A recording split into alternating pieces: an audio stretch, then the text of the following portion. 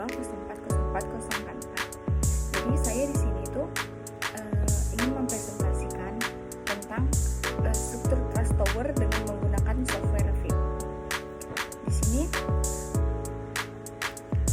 dosen pengampu saya yaitu Ibu Mutia Putrilian Syamna Harahap STMT yang mengajar mata kuliah metode elemen muda.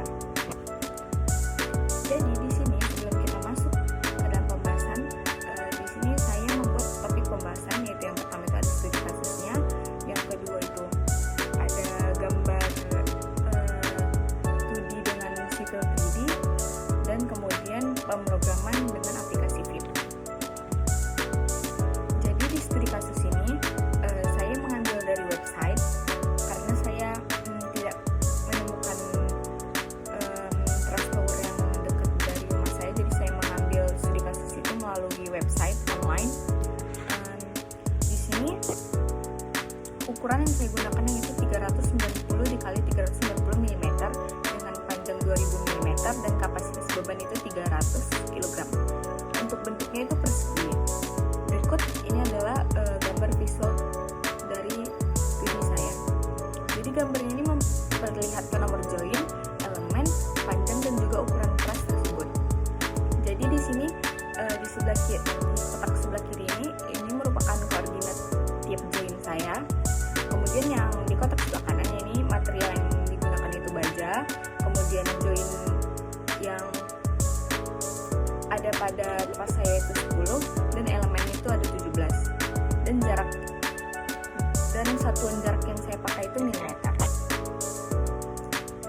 Untuk pemrograman VIP ini tuh kita memasukkan inputnya ke dalam notepad. Jadi sebelum kita memasuki aplikasi VIP, terlebih dahulu itu kita menginput data-data itu melalui notepad, sehingga ketika kita menggunakan aplikasi itu kita nge-attach notepad ini ke dalam aplikasi VIP tersebut.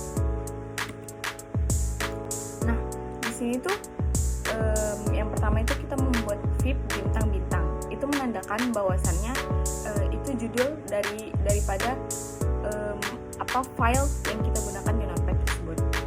Nah, di sini ada 10, 17, 1, 2, 2, 2 yang saya kotakin merah. Nah, 10 itu jumlah node atau join yang saya gunakan. Kemudian yang 17 itu jumlah batang atau elemen yang ada pada truss saya. Kemudian itu satu itu tipe material karena saya menggunakan material baja, jadi saya menulis bahwasannya material itu 1. Kemudian ada 2 itu stress dimensi dari meshnya. Kemudian ada 2 lagi yaitu maximum number of unknowns per nodenya. Kemudian yang terakhir itu 2 juga, itu jumlah node per elemennya. Nah, kemudian di kotak kedua itu ada material 1, itu material yang digunakan pada elemen truss.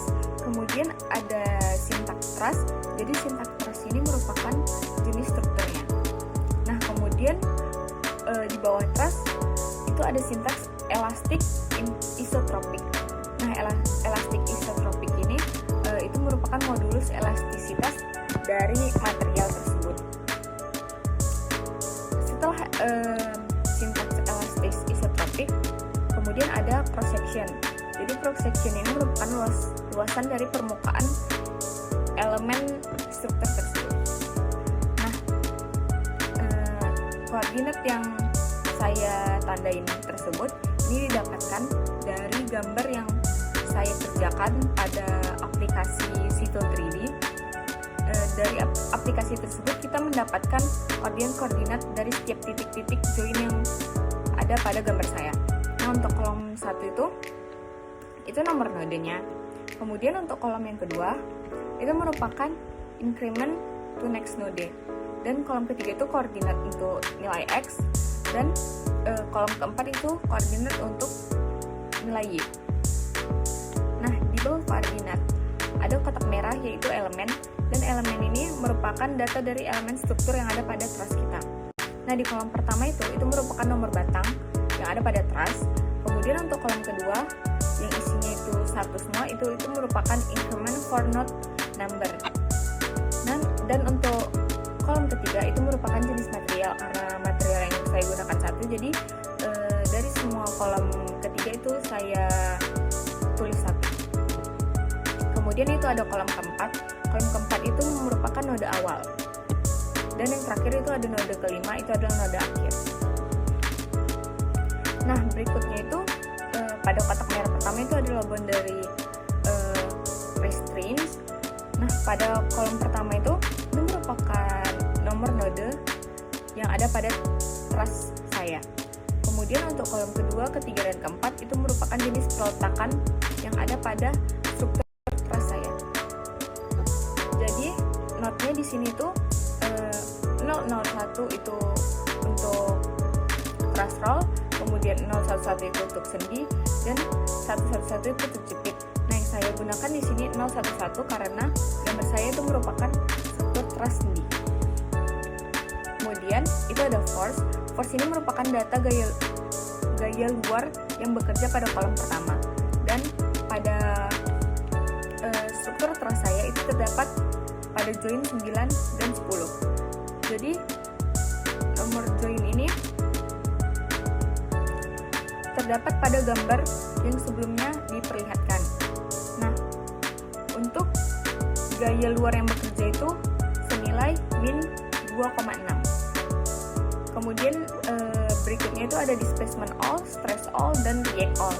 Jadi perintah ini digunakan agar nanti pada saat pemasukan perintah ke dalam VIP itu data yang kita ketik itu muncul pada aplikasi VIP. Nah, di sini ada input. Jadi di input ini menjelaskan tentang sintaks-sintaks yang digunakan pada input di dalam Notepad. Nah, untuk batch itu sebagai perintah awal eksekusi, kemudian check itu melakukan pemeriksaan kebenaran mesh, kemudian plot mesh itu sebuah plot mesh, dan terus tuh tangan itu sebagai matriks kekakuannya. Terus ada form itu membentuk matriks kekakuan, kemudian ada solve itu memecahkan persamaan linear. Kemudian ada displacement all itu untuk menghitung displacementnya. Kemudian ada stress all ini untuk menghitung tegangan. Kemudian ada react all untuk menghitung reaksi. Kemudian ada end itu sebagai perintah akhir eksekusi. Terus kemudian ada interaktif itu agar dapat interaksi pada VIP. Kemudian stop itu sebagai perintah untuk berhenti. Nah, di sini ada output displacement. Jadi pada output displacement ini, jadi gambar yang ada di sebelah kanan ini merupakan gambar yang sudah kita ketik perintah pada aplikasi VIP. Nah, di sini displacement saya sudah tertera di gambar. Nomor-nomor displacementnya hasil dari pemrograman VIP tersebut.